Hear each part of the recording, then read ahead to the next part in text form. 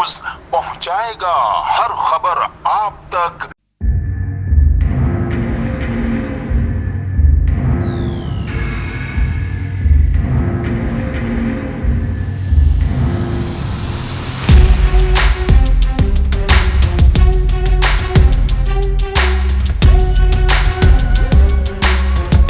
जी नाज़रीन, मैं हूं आपका मेज़बान असलम खान और आप देख रहे हैं CNBC। इस वक्त मैं मौजूद हूं सरजानी टाउन का इलाका है और सरजानी थाना है। यहां पे SHO गुलाम हुसैन पीरजादा साहब मौजूद हैं और कई महीने यहां पे हो चुके हैं। आखिर जिस तरीके से ये इलाका है इतना बड़ा मुश्किल है इसको कंट्रोल करना, लेकिन क्राइम यहाँ पे इतने हैं, संभालना मुश्किल होते हैं। तो आज पीरजादा साहब से पूछेंगे कि क्या माहौल चल रहा है सरजानी का। अस्सलाम वालेकुम। जी वालेकुम अस्सलाम। सर मुझे ये बताएं, आप माशाल्लाह आपकी उम्र है, कई थानों में आप SHO भी रहे होंगे, काफ़ी दौर देखे होंगे। पुलिस काम करती नहीं है, करने नहीं दिया जाता? जी नहीं, काम के ग्राउंड्स होते हैं, टीम वर्क होता है, टीम अच्छी होती है, काम करने का ग्राउंड मिलता है और जिस पुलिस अफसर को काम करने का शौक़ होता है वो हर हाल में, हर सूरत हाल में काम करता है। तो ऐसी बात नहीं, माशाल्लाह इस वक्त जो हमारी तमाम टीम हमें ऊपर से लेके नीचे तक बैठी हुई है तो हमारे सपोर्टिव हैं और हमें अप्रिशिएट करते हैं, वक्तन फ़वक्तन हमें इनकरेज करते हैं और हमारी हौसला अफजाई होती है तो हम मज़ीद काम करने की कोशिश करते रहते हैं। और मेरी तमाम जितनी भी नौकरी रही है, क्राइम फाइट रही है और क्राइम के ख़िलाफ़ काम किया है और शौक़ भी है, क्राइम के ख़िलाफ़ काम करते रहते हैं। और हमारा प्रोफेशन भी यही है कि हमें अगर अफसरान ने हम पे ट्रस्ट किया है और हमें एक जगह पे तैनात किया है तो हम उनके तवक्कुआत पे पूरा उतरें और बेहतर से बेहतर काम करें। लेकिन नो डाउट आपका एक बहुत बड़ा नाम है और यकीनन जब इस इलाके में आपको भेजा गया तो कुछ समझ के भेजा गया होगा, लेकिन क्राइम इस तरीके से इस इलाके के अंदर, अगर मैं बात करूं प्लाटों की, तो बहुत बड़ी माफिया बैठी हुई, क्या उस पर आपने कंट्रोल किया? जी देखें, मसला ये है कि हर इलाके की स्ट्रेटजी थोड़ी सी अलग होती है, हर इलाके का क्राइम अलग होता है। लेकिन यहाँ जो मैंने आके देखा, एक तो ये बहुत बड़ा एरिया है, बहुत बड़ा इलाका है, पुराना थाना है, बहुत बड़ा इलाका है और इसकी जो इलाके की स्ट्रेटजी है इसकी कोई सर पैर नहीं है। इसकी जो डायनामिक है वो इस किस्म की है कि शहर भी है और देहात भी है। यहाँ नदी भी है, पहाड़ भी है और समझ लें कि मदाफ़ाती इलाका भी है, शहरी इलाका भी है और बहुत बड़ा सराउंडिंग में खुला हुआ मैदान भी है। करीब में बलूचिस्तान लगता है, नादरन बाईपास क्रॉस करें तो 10 मिनट की दूरी पे बलूचिस्तान है। तो इस वजह से और कच्ची आबादियाँ और छोटी आबादियाँ होने की वजह से क्रिमिनल्स और जराइम पेशा अफराद का भी यहाँ पे कुछ ज़्यादा तादाद है। तो इस वजह से पहले तो मैं आया शुरू में, जब तक थोड़ा इलाके को समझें, इलाके की डायनामिक को समझें, थोड़ी मुश्किल पेश आई। लेकिन अल्लाह का शुक्र है, अफसरान ने मुझे टाइम दिया, मुझे अप्रिशिएट किया, मुझे इनकरेज किया, हौसला अफजाई की मेरी और अब मैंने आहिस्ता आहिस्ता करके जराइम और क्राइम पे काबू पा लिया है। मैं ये नहीं कहूँगा कि मैंने ज़ीरो कर दिया है, लेकिन परसेंटेज बहुत सारी बेहतरी लाया हूँ, काफ़ी सारी परसेंटेज कम हुई है पहले के मुकाबले में। वो मैं नहीं कहता, आपको आवाम बताएगी। लेकिन गुलाम हुसैन भाई, मैं देखता हूँ मेरी 24-25 साल की सहाफ़त में मैंने ये चीज़ देखी, तमाम मैंने SHO, SP, DSP, IG के मैंने इंटरव्यूज़ किए हैं, लेकिन हर इंसान ये कहता है कि मैं पाकिस्तान के लिए काम करना चाहता हूँ, पाकिस्तानी कौम के लिए काम करना चाहता हूँ और आपका अज़म भी यही होता है जब आप वर्दी पहनते हैं कि हम पाकिस्तान के लिए काम करते हैं।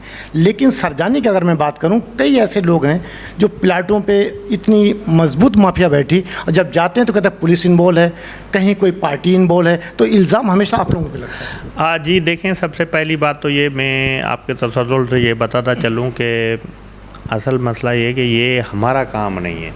बेशक सबसे पहले इसमें जब प्लाटों और ज़मीन की बात आती है तो सबसे पहले इसका ज़िम्मेदार है रेवेन्यू, उसके बाद आता है KDA और MDA, उसके बाद आती है कच्ची आबादी, उसके बाद आती है एंटी इंक्रोचमेंट, उसके बाद आती है SBCA। तो ये तमाम इदारों के बाद कहीं आखिरी कोने खांचे में हम हैं। तो इन सब इदारों को छोड़ के तमाम ब्लेम हम पे आते हैं कि हम करवा रहे हैं। तो भाई ये अगर हम करवा रहे हैं तो ये सब इदारे कहाँ हैं?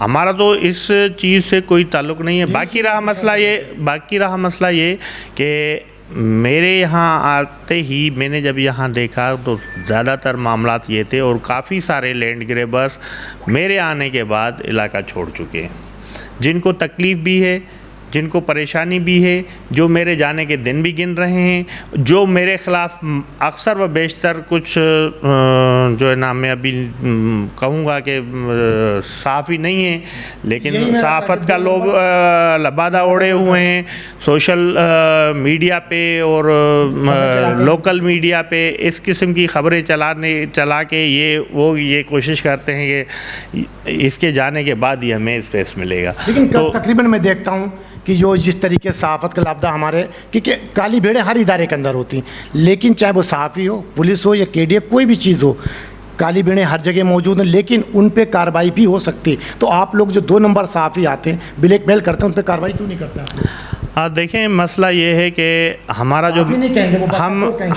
हम ये आपने बिल्कुल सही वजह फरमाया कि काली भेड़ें या अपना अच्छे बुरे लोग हर जगह पे मौजूद होते हैं, हर इदारे में मौजूद होते हैं, लेकिन हमारा जो अपना काम है स्पेसिफिक, मैंने बताया कि मेरा जो ज़ाती काम है वो है क्राइम फाइट और क्रिमिनल के अगेंस्ट। तो मेरा फोकस उस पर होता है कौन क्या कर रहा है, क्या कह रहा है, क्या लिख रहा है। मैं ज़्यादातर देखता ही नहीं हूँ। कुछ दोस्त अगर पर्सनल मुझे भेज देते हैं तो मैं कहता हूँ कि यार वो उनका मौक़िफ़ है, मेरा इससे कोई ताल्लुक़ नहीं है।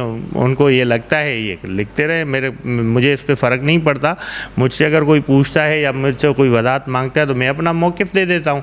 और सहाफ़त का पहला उसूल भी यही है कि मौक़िफ़ लिया जाए, और दूसरी बात यह है कि ऑथेंटिक ख़बर देनी चाहिए। और इस वजह से हम बैठ के अब अगर हम इस चीज़ों से जो आपने बात की कि इनके खिलाफ़ कार्रवाई हो, तो अब अगर हम इस बात पे लगेंगे ना तो फिर जो हमारे काम, जो असल हमारे काम है, उससे हमारा फोकस हट जाएगा। तो इस वजह से हमारा मेन फोकस है क्राइम पे, और अपनी सरजानी की आवाम को क्राइम और जराइम से पाक करने के लिए जितनी हमारी दिन रात कोशिश होती है हम कर रहे हैं, और हम करते रहेंगे जब तक यहाँ आए। नाज़रीन, आपने देखा कि जिस तरीके से मैंने बड़े सख्त सवाल किए, लेकिन इनका अपनी जगह पे कहना कि कुछ मजबूरियाँ होती, क्योंकि बहुत बड़ा इलाका है, संभालना बड़ा मुश्किल है। ना तो इनके पास इतनी मोबाइलें हैं, ना तो जबकि यहाँ पे यकीनन 2 से 3 थाने होना चाहिए, जिस तरीके से ये रेंज है यहाँ की। और क्राइम बेइंतहा इन पे बड़ा मुश्किल है संभालना, क्योंकि जब एक SHO यहाँ पे आता है तो उसके बाद बड़े मुश्किलों का सामना करना पड़ता है। सियासी मसले भी होते हैं, समाजी मसले भी होते हैं, और भी बड़े मसले होते हैं। लेकिन एक मैं ज़रूर कहूँगा, जो सहाफ़त का लिबादा ओढ़कर लोगों को ब्लैकमेल करते हैं तो उन्हें सोचना चाहिए कि वो सहाफ़ी नहीं है।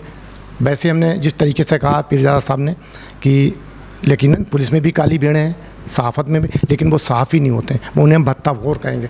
तो आपने अभी काफ़ी कोई गैंग वगैरह भी पकड़ा था, मैंने सुना कि जी, अभी रिसेंटली हमने एक गैंग बस्ट किया है जो हाउस रॉबर गैंग था। गुज़िश्ता 2-3 माह में हमारे पास कुछ हाउस रॉबरीज़ हुई थी। उसमें हम ग्राउंड इन्फॉर्मेशन और टेक्निकल बुनियादों पे काम कर रहे थे, और हमने एक गोराम गोट के अपना शाहबेग गोट में एक कॉमिंग ऑपरेशन किया, जिसके अंदर हमने 5 इस हाउस रॉबर गैंग के कारिंदे पकड़े, बमा वेपन, और उनके पास से हमारे जो है ना हाउस रॉबरी का छिना हुआ मोबाइल फ़ोन भी बरामद हुआ, और दीगर अशिया भी बरामद हुई। और जब हमने मज़ीद उनको इंटरोगेट किया तो उन्होंने बताया कि ये गैंग जो है 2 गैंग थे। एक सराइकी गैंग था जो 6 से 7 लोगों पे मुश्तमिल था, एक सिंधी गैंग था जो 8 से 9 लोग 7-8 लोगों पे मुश्तमिल था। टोटल ये 15-17 लोग थे, और ये कभी अलग अलग वारदातें करते थे, कभी ये दोनों ग्रुप मिल के वारदातें करते थे। तो इन्होंने हमें यहाँ की भी कुछ वारदातें डिस्क्लोज़ की, जिसकी हमने काफ़ी सारी उनसे रिकवरियाँ की हैं। और उसके अलावा उन्होंने अंदरून कराची के मुख्तलिफ़ थाना जात के हदूद में वारदातों का इंकशाफ किया, जिसमें डिफेंस, दरख्शां, गुलशन इकबाल, गुलिस्तान जौहर, गुलशन हदीद, साइड सुपर हाईवे, मेमन गोट, मेमार। तो उस वहाँ पे उन्होंने वारदातों का इंकशाफ किया, जिसमें सबसे बड़ी वारदात जो उन्होंने इंकशाफ की वो एक गुलिस्तान जौहर ब्लॉक 1 में एक डॉक्टर मेमन था, उनका कोई बंगले में हाउस रॉबरी हुई थी, जिसमें 150 तोले सोना, जो कि करोड़ों का बनता है, 150 तोले सोना और बाहर की करेंसी और पाकिस्तानी करेंसी और कीमती अशिया उनकी गई थी। और दूसरा एक इन्होंने इंकशाफ किया, एक मेमन गोट में एक बलोच का बंगला लूटा था, जहाँ पे उन्होंने 90 तोला सोना, वो भी करोड़ों का बनता है, वो लूटा। और उसके अलावा जो है ना उन्होंने वहाँ से नकदी, कैश और फॉरेन करेंसी और बाकी कीमती अशिया वहाँ से लूटी थी। कितने बंदे गिरफ्तार किए? तो इसमें हमने 5 बंदे गिरफ्तार किए हैं। बाकी इसमें जो बंदे रहते हैं 15-17 लोग हैं, तो 10-12 लोग रहते हैं। उसके लिए मुख्तलिफ़ जगहों पे छापे मारे जा रहे हैं और हमारी इन्वेस्टिगेशन टीम उसमें काम कर रही है। और उस कराची के हमने एंट्री कराई थी, मुख्तलिफ़ थाना जात ने आके उन केसों में गिरफ्तारी डाली है, वो भी अंडर रिमांड है और उनसे तफ्तीश जारी है। इंशाल्लाह अच्छी रिकवरियाँ होंगी। और बाकी जो है इस गैंग के गिरफ्तार होने से अंदरून कराची के बहुत सारे लोग लुटने से बचे हैं। तो हमारी अब ये जब आप वहाँ पे रेड मारने के लिए गए तो कोई फायरिंग वगैरह का तबादला हुआ वहाँ पे ऐसे ही? जी नहीं, वो हमारा कॉम्बिंग ऑपरेशन चल रहा था, तो हमारी पुलिस ने कार्डन किया हुआ था पूरे उस इलाके को। और उसमें हम सर्च ऑपरेशन के दौरान जैसे हम तलाशी लेते हैं, तो ये उन्होंने भागने की कोशिश ज़रूर की थी, लेकिन हमारी क्योंकि चारों तरफ से पुलिस लगी हुई थी तो हमने उनको पकड़ लिया और फायरिंग का तबादला नहीं हुआ। एक चीज़ मैंने ज़रूर देखी है कि इधर पर तो आपने एक टाइम गुजारा पुलिस में, तो आपने भी देखा होगा, बड़ा सख्त सवाल है माजरत के साथ, कि जब कहीं फायरिंग होती है तो अक्सर मैं देखता हूँ कि पुलिस ने 4 बंदे मार दिए। उधर से जब कोई फायरिंग होती, क्या उनकी गोलियों से फूल निकलते हैं, आपकी गोलियों से बारूद निकलती है? उनके क्यों निकलती है? सबसे पहले इस सवाल का जवाब, आपने कभी किसी डाकू से सवाल किया है कि फ़लाँ जगह पे पुलिस को शहीद किया था, उस वक्त डाकू नहीं मारे जाते? ये मिसाल तो आपने दे दी बहुत आसानी से, लेकिन इससे ज़्यादा मिसालें आपको मिलेंगी कि डाकुओं की फायरिंग से पुलिस वाले शहीद होते हैं, डाकू भाग जाते हैं। तो उस वक्त क्या वो मैनेज करते हैं? अगर आपका सवाल के हिसाब से ये हम मैनेज करते हैं, आपके सवाल के हिसाब से ये हम मैनेज करते हैं कि पुलिस को गोली नहीं लगी, डाकू को लग गई, तो क्या वो डाकू भी मैनेज करते हैं? डाकू को भी किसी को जवाब देना होता है कि पुलिस शहीद हो जाती है, डाकू नहीं ज़ख्मी होते? ये नहीं है। जेन्युइन इनकाउंटर होते हैं और उसमें ये है कि जब 2 तरफा फायरिंग होती है तो ज़ाहिर है हम जो है ना ट्रेंड हैं, हमें सिखाया जाता है कि अपनी जान की सेफ्टी कैसे की जाती है। तो हम जब अपनी सेफ्टी भी करते हैं और फायर भी करते हैं। हाँ, ऐसा चांस है जो कभी याद हुआ, ऐसा कोई हुआ हो वाक़या आपके साथ आपके दौर? एक नहीं कई। और मैंने आपके तसल्लुल से बताता चलूँ कि मैंने डाकुओं की गिरफ्तारी में और डाकुओं की इनकाउंटर में 1 करोड़ 35 लाख रुपए तक हेड मनी उठा चुका हूँ। 1 करोड़ 35 लाख रुपए गवर्नमेंट की हेड मनी मैं इन डाकुओं को मारने और गिरफ़्तार करने पे पहले उठा चुका हूं। और एक इनकाउंटर नहीं, कई इनकाउंटर हैं जो फेस टू फेस हुए हैं, बस अल्लाह पाक ने अभी तक सलामत रखा है। एक हमारा 2000 रिसेंटली 3 था मेरे ख्याल में, हमारा एक लारकाना में इनकाउंटर हुआ था जब गुलाम नबी मेमन साहब SSP लारकाना थे और मेरे पास लुक आफ्टर चार्ज था SHO रशीद वगन का। 9 डाकुओं ने बंदे अगवा किए, उनके साथ हमारा इनकाउंटर चला जो कि 24 घंटे जारी रहा। मुख्तलिफ़ जगहों पे डाकुओं से हमारी मुखभेड़ होती रही, जिसमें हमारे 3 ASI शहीद हुए थे और हमारे जो है ना जवान भी शहीद हुए थे। उसमें हमने एक डाकू ज़िंदा पकड़ लिया था और 7 डाकू हमने मार दिए थे। वो एक तारीख़ी इनकाउंटर था और उसमें वो मगवी हमने बाजियाब कराए थे। उसमें मैं सरे फहरिस्त था उस पर इनकाउंटर में, तो वो लाइव था उस दिन। बिल्कुल ही समझ लें कि हमने सोचा था कि आज शायद हमारी वापसी नहीं होगी, पर अल्लाह ने ज़िंदगी रखी है। जब तक इंसान का ज़िंदगी और मौत अल्लाह के हाथ में और मुकर्रर है। देखिए, हर मुसलमान की एक ख्वाहिश होती है और आप तो यकीनन एक ज़िम्मेदारी आप लोगों पे है कि हम शहीद हुए और शहीद का मर्तबा मिले। बाकी करना अल्लाह ताला के हाथ में है, किसको कौन सी मौत देना वो बेहतर समझता है, क्योंकि जिस दिन जब बंदा पैदा होता है तो उसकी उस दिन लिख दी जाती है कि कौन किस टाइम। तो आप जब कोई SHO अच्छा काम करता है थानों के अंदर, उसको ज़्यादा दिन रुकने नहीं दिया जाता, तो क्या कोई सियासी प्रेशर होता है? नहीं, उसकी मुख्तलिफ़ वजूहात होती हैं। कभी कभार हमारी गलतियाँ भी होती हैं, कभी कभार ऐसा होता है कि कोई ऐसा नागानी हो जाती है जिसकी वजह से भी SHO तब्दील होते हैं। बाकी जो अफसरान हो सकता है मैं यहाँ जो काम कर रहा हूँ मुझसे कोई बेटर बंदा उनको लगता है कि नहीं ये इससे ज़्यादा बेहतर ये काम कर सकता है, तो रेट ट्रांसफ़र पोस्टिंग हमारी नौकरी का हिस्सा है। इससे कोई वो नहीं है कि आज मैं यहाँ हूँ मैं कल कहीं और रहूँगा। आज मैं यहाँ बैठा हूँ, कल मेरी जगह कोई और होगा, तो ये एक नॉर्मल बात है। आखिरी सवाल, सरजानी की आवाम को, अब कितने दिन आप हैं, अल्लाह करे यहाँ पे रहें, कहीं और अच्छी जगह जाएं, तो आखिरी पैगाम क्या सरजानी की इस आवाम को देंगे? सरजानी आवाम को यही पैगाम दूंगा कि पुलिस पे ट्रस्ट करें, पुलिस का साथ दें, अपने क्राइम की रिपोर्ट करें और मुल्ज़मान की निशानदेही करें। और दूसरा असल जो हम पुलिस के साथ सबसे बड़ा मसला है वो ये है कि हमारे पास मुद्दई खड़े नहीं होते मुल्ज़मान के ख़िलाफ़। मुल्ज़मान के ख़िलाफ़ खड़े नहीं होते, मुद्दई नहीं बनते, गवाह नहीं बनते, जिसकी वजह से बेनिफिट इसका मिलता है मुल्ज़िम को, जिसकी वजह से हम कहते हैं कि कोर्ट ने इनको जल्दी छोड़ दिया। जल्दी क्यों छोड़ती है? क्योंकि जब तो उसके पास गवाह नहीं होता, जब तो उसके पास मुद्दई नहीं जाएगा। तो इसलिए मैं आप तमाम आवाम से आपके तसल्सल से गुजारिश करूँगा कि अपनी चीज़ अपने हक़ के लिए खड़े हों। ये जिहाद का एक हिस्सा है कि अपने हक़ के लिए जिहाद करें। तो लिहाजा तमाम आवाम से अगर किसी के साथ कोई ज़्यादती होती है, कोई मसला होता है, बिल्कुल आएँ, हम पे ट्रस्ट करें, हम अपनी तरफ से पूरी कोशिश करेंगे और ज़ालिमों के ख़िलाफ़ खड़े हों। जैसे हम थ्रेट जैसे आवाम को मिलती है, ऐसे हमें भी मिलती है। तो क्या हम इंसान नहीं हैं? हम भी इंसान हैं और हमारी भी फैमिलियाँ हैं, हमारे भी बच्चे हैं, लेकिन हमारी जॉब है और हम इस पे अटल ईमान रखते हैं कि जो ज़िंदगी और मौत अल्लाह की तरफ से है, जो दिन जो वक्त मुकर्रर है वो होना है।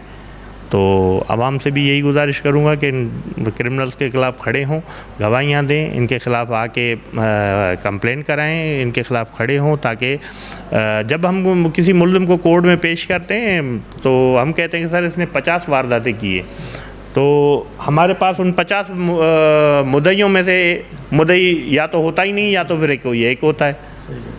तो फिर आगे हमसे सवाल यही होता है भाई 50 अगर इसने की, अगर वाकई उसने 50 वारदातें की और 50 मुद्दे उसके ख़िलाफ़ खड़े हों, तो वो कैसे आएगा बाहर और फिर वो दोबारा जुराइम कैसे करेगा? तो इस जराइम में कहीं ना कहीं किसी हद तक हमारी आवाम भी मुलविस है कि भाई वो अगर मुल्ज़िम के ख़िलाफ़ अगर उसने 50 वारदातें की है, कई लोग पकड़े जाते हैं या लोग मौजूद होते हैं, वो उनकी शनाख्त करते हुए जानते हैं कि ये इन्होंने जुर्म किया है, लेकिन वो शनाख्त नहीं करते। लोग की चीज़ें बरामद होती हैं, डाकू पकड़ा जाता है, लोगों की हर मुमकिन कोशिश ये होती है कि हमें चीज़ें दे दो, हम मुद्दई ना बने। अब भाई अगर आप मुद्दई नहीं बनोगे तो हम इसको कहाँ लेके जाएंगे? तो इसलिए आवाम से गुजारिश करेंगे कि हम हमारा साथ दें, हमारे पे ट्रस्ट करें। इंशाल्लाह हम और आप मिलके इस जराइम और क्राइम को इंशाल्लाह जल्द अज जल्द ख़त्म करेंगे सरजानी से। जी नाज़रीन, ये थे गुलाम हुसैन पीरजादा साहब, जिनकी आपने गुफ्तगू सुनी और क्लियर उन्होंने कहा कि आवाम, जो हमारी आवाम है, इसको चाहिए कि अगर कहीं पे कोई क्राइम हो रहा है तो पुलिस स्टेशन खुले हुए हैं, SHO बैठे हुए हैं, इनको आकर बोलें। तो जब आप नहीं बोलेंगे तो इनका काम सिर्फ पकड़ना है, सज़ा देना नहीं है। सज़ा अदालत देगी, लेकिन जब तक आप खुद नहीं खड़े होंगे तो इनके बस में कुछ नहीं। लेकिन एक मोहल्ला कमेटी होती, आप इनके पास आएँ, आकर अपनी गुफ्तगू तो करें, बताएं तो इन्हें कि कहाँ पे क्या हो रहा, ताकि जब ये कार्रवाई करें। ठीक है, हर इल्ज़ाम पुलिस पे लगता है, इसमें कोई शक नहीं, पुलिस पे बहुत आसानी से इल्ज़ाम हम भी लगाते हैं, आप लोग भी लगाते हैं, लेकिन पुलिस का काम पकड़ना है, सज़ा देना नहीं। इंशाल्लाह कल किसी और नए मौजू और नए मेहमान के साथ आपसे मुलाकात होगी। जब तक के लिए अल्लाह हाफ़िज़। पाकिस्तान जिंदाबाद। इस वीडियो को लाइक करें, हमारे चैनल को सब्सक्राइब कर बेल आइकन जरूर प्रेस करें हमारी न्यू वीडियो सबसे पहले देखने के लिए।